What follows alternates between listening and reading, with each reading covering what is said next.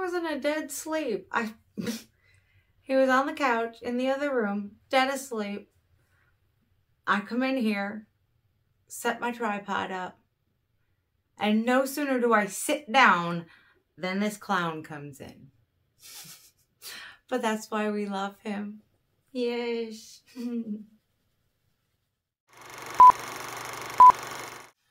Hello everyone, and welcome back to The Tent. My name is Christie, spelled with an E, and this is Lucky, the spoiled, rotten kitty. Yes, has to get in on everything. I thought it would be fun to share 13 things that make me, me. Some of these you might agree with, some of them you may not. Let me know down in the comments what you think, if you agree, if you disagree. I'm curious. Curious minds want to know.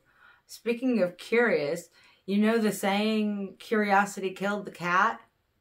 You know there's a second part to that, right? Curiosity killed the cat, but satisfaction brought it back. That's true. Look it up.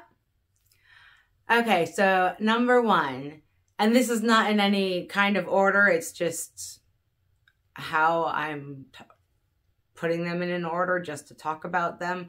It's not an order for any specific reason, like the top one or anything like that. It's just the first one that popped into my head and I wrote down, okay? Yes, I wrote them down so I could remember, because sometimes I forget, my brain goes off on these weird things and I have no idea where I went.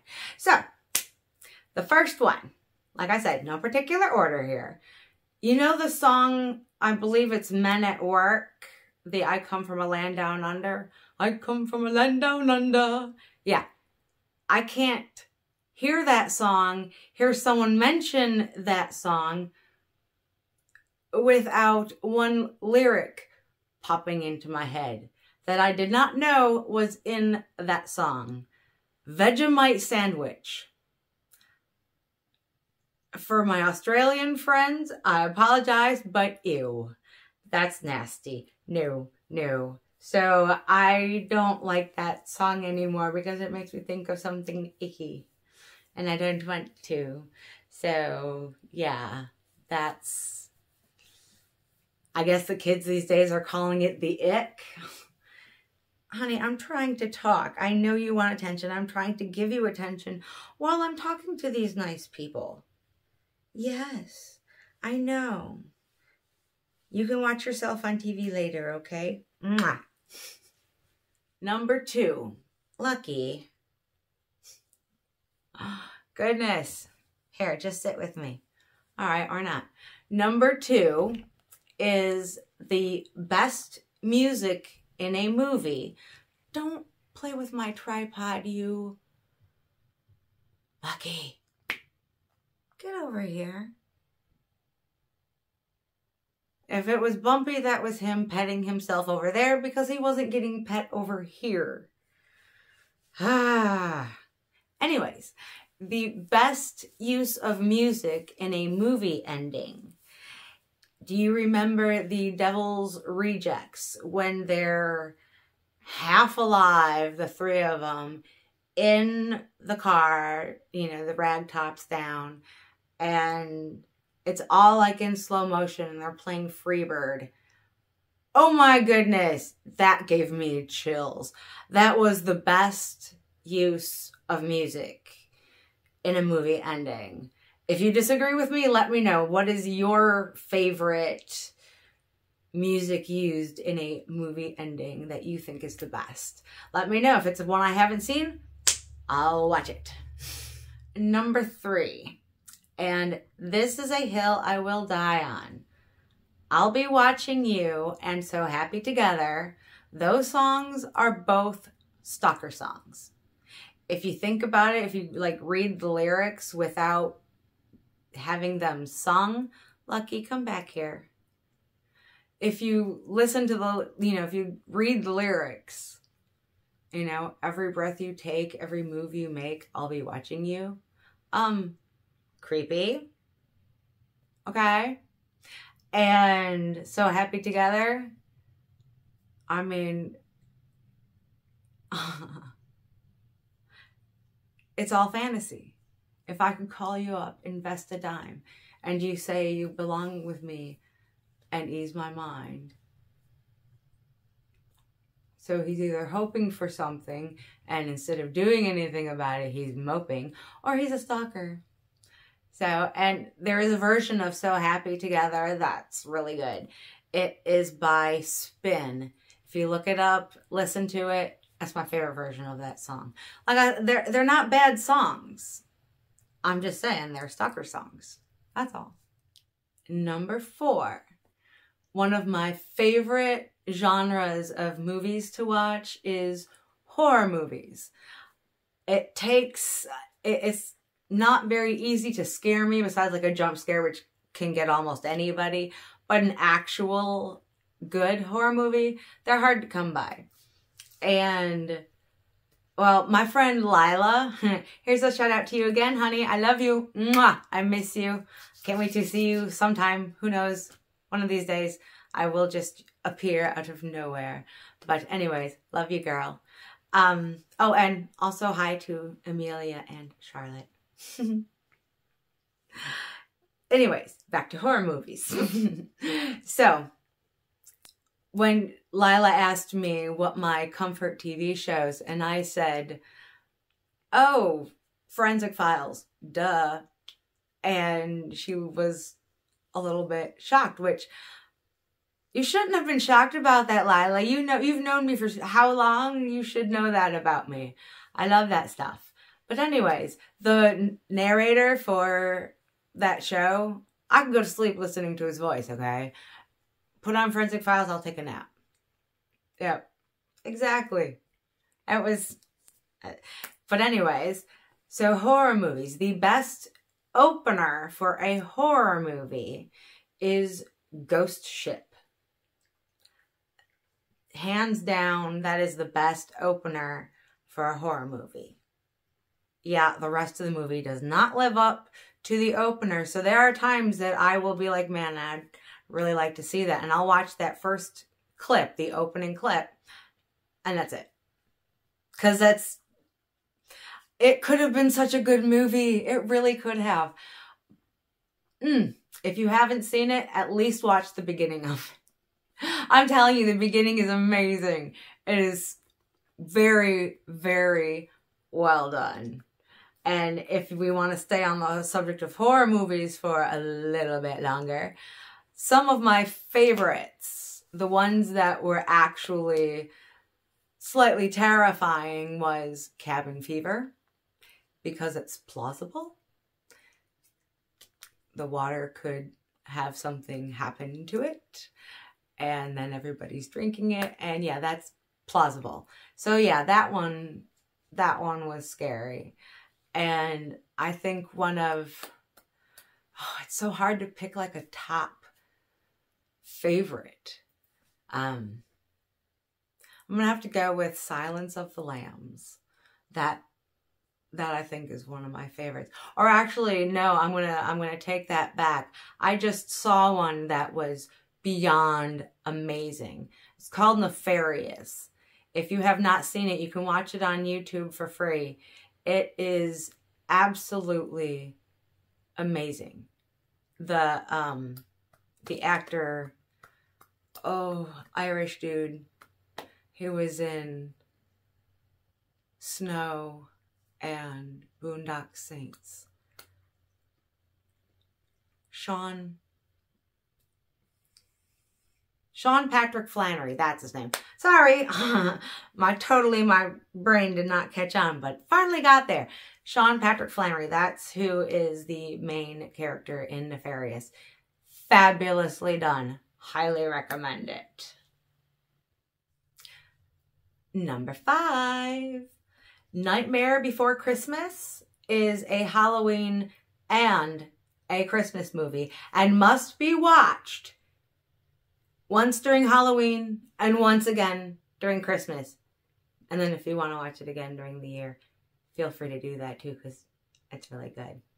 It's one of my absolute favorite movies of all time. And I love Oogie Boogie. He's my favorite. In fact, that's going to be a crochet creation that I will, excuse me, that is a crochet creation that I am divining in my head to start working on next year. Will be an outfit paying homage to the Oogie Boogie man. And Ken Page recently, who was the voice of Oogie Boogie, he passed away recently. I did not know that he was the voice of Oogie Boogie. I knew him as Old Deuteronomy from Cats, the original London cast of Cats. Not this new crap that they did a couple years back. That was complete trash. Don't watch that one. If you watch Cats, watch the original. It's Andrew Lloyd Webber, amazing. And that's all I'm going to say about that. Number 6. Until recently, and when I'm saying recently, I mean like the past 10 years, because, you know, I'm old and stuff.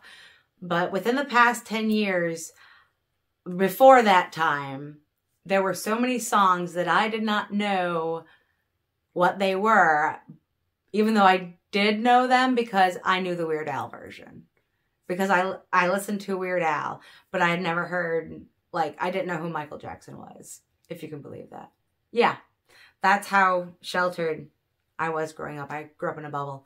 But yeah, it's quite funny when I'm listening to music and something comes on, or I'm out at the store and they're playing stuff from the 80s and the 90s. And I'm like, oh, I know that song. And I'm like, no, wait. Those lyrics aren't right. Oh, it's because I know the Weird Al version. Because I didn't know a lot of the songs that he was parodying. I just knew his parodies. That was it.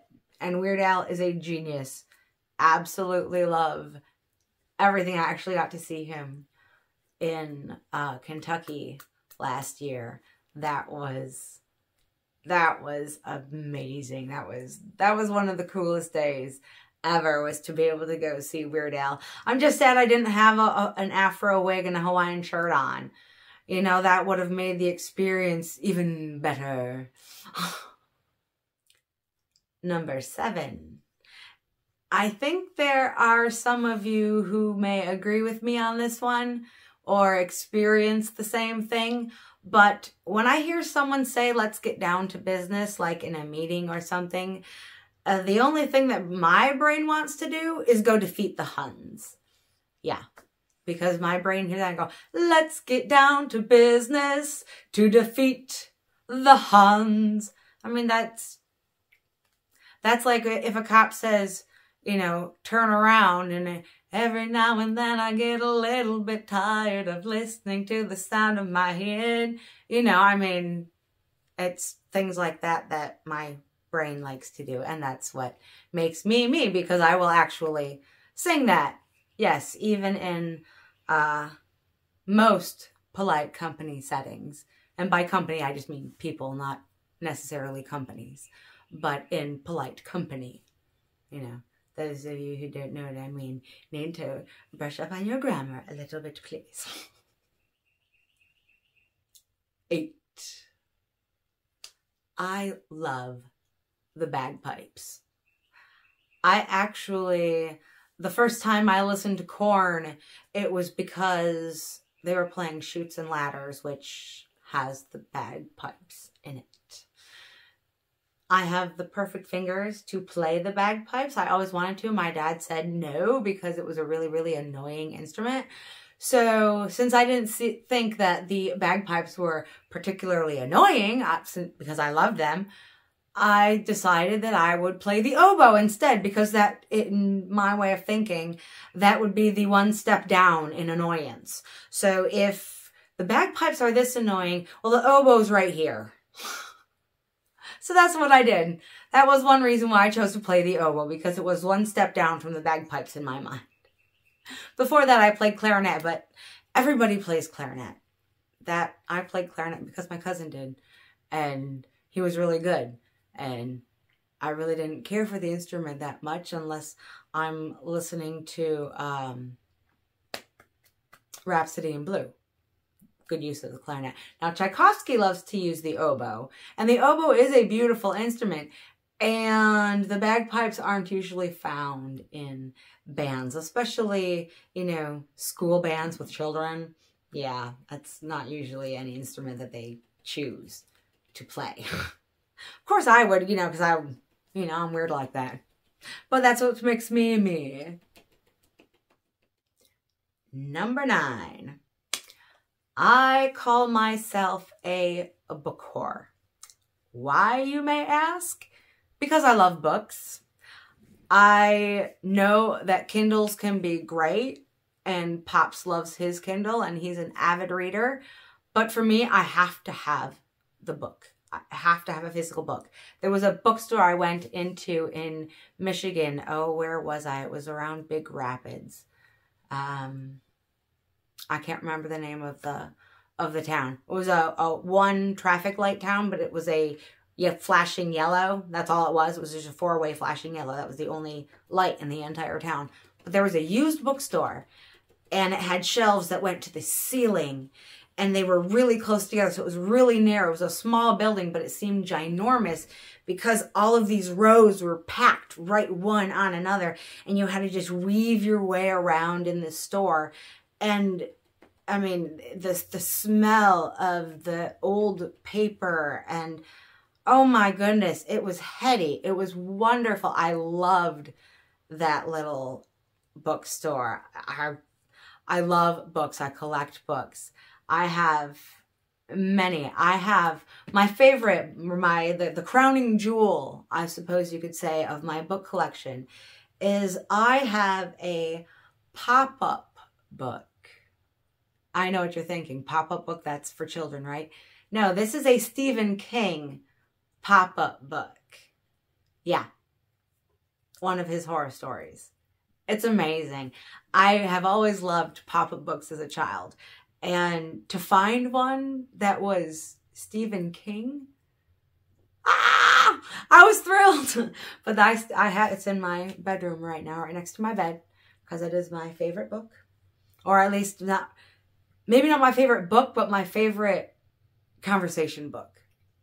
You know, because yes, I have read it because I wanted that experience. But after that, I've kind of just left it alone unless I'm showing somebody, because I don't want it to end up coming apart, because it is a paper pop-up book.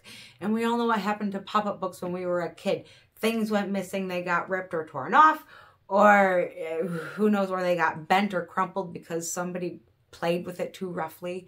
Of course, I don't play with my books roughly. I don't fold corners. That is anathema. Do not do that. I use, I crochet. So what I do, I use yarn. I'll take a little string of yarn, and that's my bookmark. Number 10. I have a few more written down, but I have no more fingers to put up. I suppose I could use my nose or my tongue, but we'll just do 10 for this video. And if you give it a thumbs up and give me a comment, I will make another one and share more weirdness about myself, if you'd care to know. Number 10.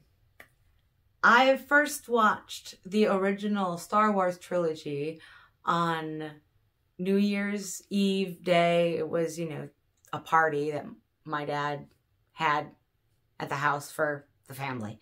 But anyways, it was New Year's Eve of 1999-2000.